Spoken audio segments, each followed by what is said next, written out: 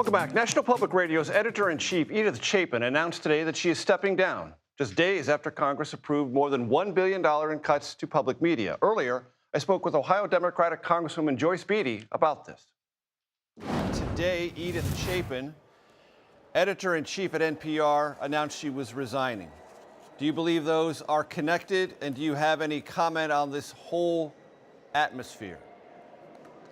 Of course, I believe that they are connected. When you look at what has happened to public broadcasting, when you're talking about billions of dollars and you're talking about the number of stations who provide a voice for us, people are disenchanted, they're upset. When you think of some 1,500 stations are being affected, and some have a cut of 15% of those dollars that were already allocated and planned for them. So I think it's a travesty, but the real question we should be asking is, why is Trump so afraid of national broadcasting? Because it is an unscripted, unedited voice that the American people can go to.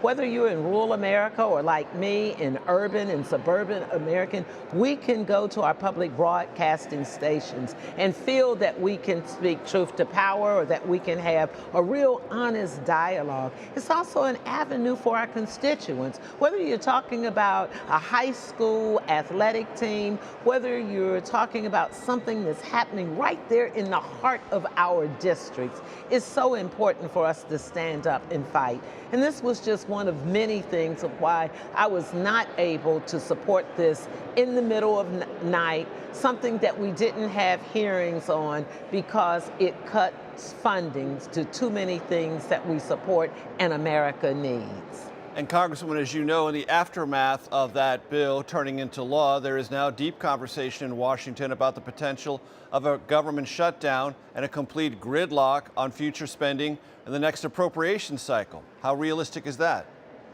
Oh, let me just tell you, the question is why tonight that we're only doing 5 suspension bills today and tomorrow. No rules committee, because they're afraid. They're fighting amongst themselves. They don't know how to govern, or maybe they're just waiting on another trip or call from President Trump to tell them what to do. This is not how the American people deserve to have their government operated. In the meantime, Democrats are here ready to stay, ready to work, going home in our districts and making sure that we're protecting all of those funding, so we'll be ready to deal with the budget when it comes up with us. But it's important for us to do what we're doing today, being able to hear the voices, being able to go back and make sure that we're telling our communities about Medicaid and Medicare and Social Security, dealing with those Americans who are hardworking because they know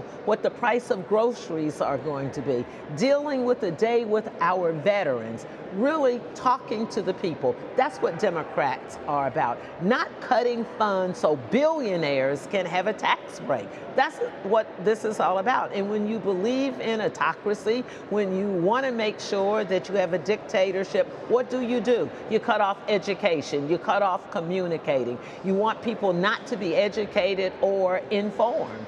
And that's what you do so well. You inform the American people. Congresswoman, the White House says repeatedly, and there's some numbers that back them up on this, the stock market is up. Investment in this country is up. Employment is up or stable. Inflation is down or stable. Most of the economic indices they point to are on the upswing. And yet you sound so glum. Why? Well, because what they're reporting are just numbers, and we don't know how much accuracy it is. Maybe there's a reason why he's also been on the attack against Jay Powell with the Federal Reserve and wanting to remove him. So here's what we do know. When you go into the grocery store, prices are up. Here's what you do know. The things that the American people pay for that helps them live their lives, put a roof over their heads, those things aren't applicable. It's not happening. I think they make up numbers. I have no trust in this president or the administration, because what they say is counter to what we're doing in government. They would tell you that Medicaid and Medicare is okay. They would tell you that they're not dismantling the Department of Education.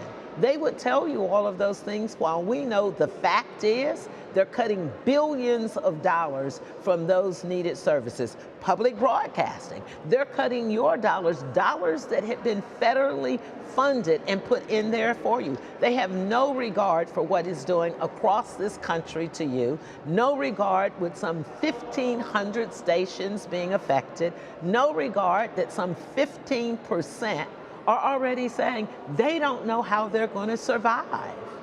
Congresswoman, last night the administration released Martin Luther King Jr. files that had not previously been released.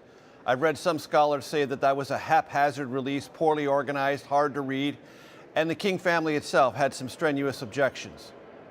How do you assess it? Well, absolutely. I think it was a political move to take everyone's attention off of the Epstein files. But here's the thing, if you're going to go back some 50 years and embarrass a family or try to release the MLK King files, why are we postponing votes? Why, when Democrats have gone to the House floor, gone to the Rules Committee and said, let's just bring it to a vote? This is current time. The same administration, the same president that 2 years ago was saying, oh, we're going to open up the Epstein files. Well, is he in the Epstein files? Well, are the Republicans who don't want the American people to know about their relationships, maybe with children, maybe with the dollars that are being laundered, as some are saying? I'm just saying, there has to be a reason, and for me, it's political. It's wrong and it's unfair. If you're going to do for one, let's do for the other. And Republicans don't know how to govern, don't know how to deal with this, and now you have a president who is saying it's up to them. Well, who's the them? Let's deal with this and let's call it what it is. It's a political move, it's unfair, it's unjust, and I agree with what the Reverend Bernice King said to protect the family. The Speaker of the House, Mike Johnson, said today there'll be no consideration on the House floor of any matter related to Epstein files until after the August recess. Well, that's because he doesn't want Democrats to be able to go back to their districts and share the information.